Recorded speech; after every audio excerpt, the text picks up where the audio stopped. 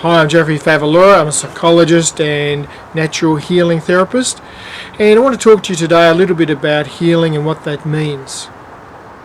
Something's a little bit out of balance. It needs to be brought into equilibrium again. Integration, some change in ourselves, and that sometimes can be at a very deep level, subconscious level. And most of the habits we have occur in the subconscious.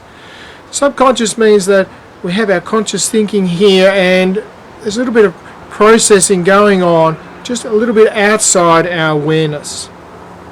You might like to think of the computer. You're working on the screen, you're working away, and you do something and the computer crashes, something goes wrong.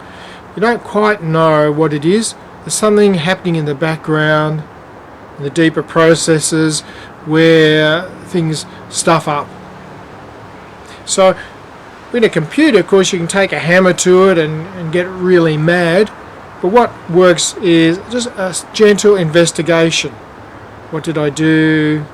What could I do different? And that very much applies to ourselves in how we approach our own healing process.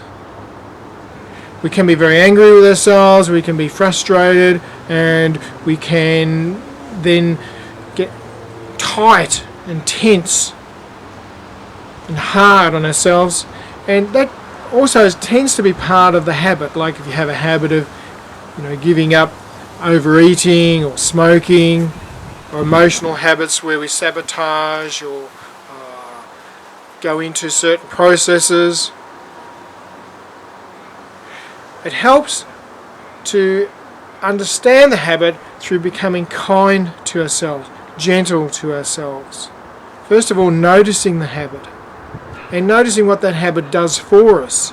What's the payoff? What's the investment in that habit continuing? And sometimes we deny that a little bit, that there is a payoff, that it feels good to do something. And usually our human nature is that we want to feel good. We don't want to feel upset, we don't want to feel uptight, and that's where working with subconscious habits is very difficult, because they may involve investigating and bringing up uncomfortable feelings. So the natural thing is not to want to experience more deeply into ourselves and release those things which hold the subconscious patterns in place. Usually habits are formed when we're very young, or from other influences, and our teachers when we're young may not be very good teachers. Our parents, siblings, at school may not teach us how to deal with emotional issues, how to process anger and grief, and so we get locked into certain feel-good patterns as a way of coping. So this is where the gentleness comes in. We've developed these patterns as a way of coping and adapting. So we need to very gently unravel and unknot and work with other ways, and then give ourselves some new ways that counters the underlying subconscious habit.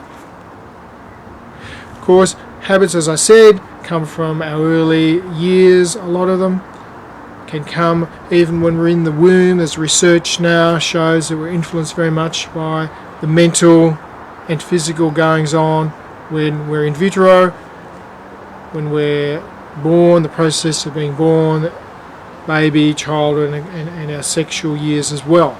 So many opportunities there that there's been some traumas, hurts, rejections that have been hard to process, so we develop other ways to feel good. So in a way, bad habits or subconscious habits are ways of feeling better, wanting to feel better.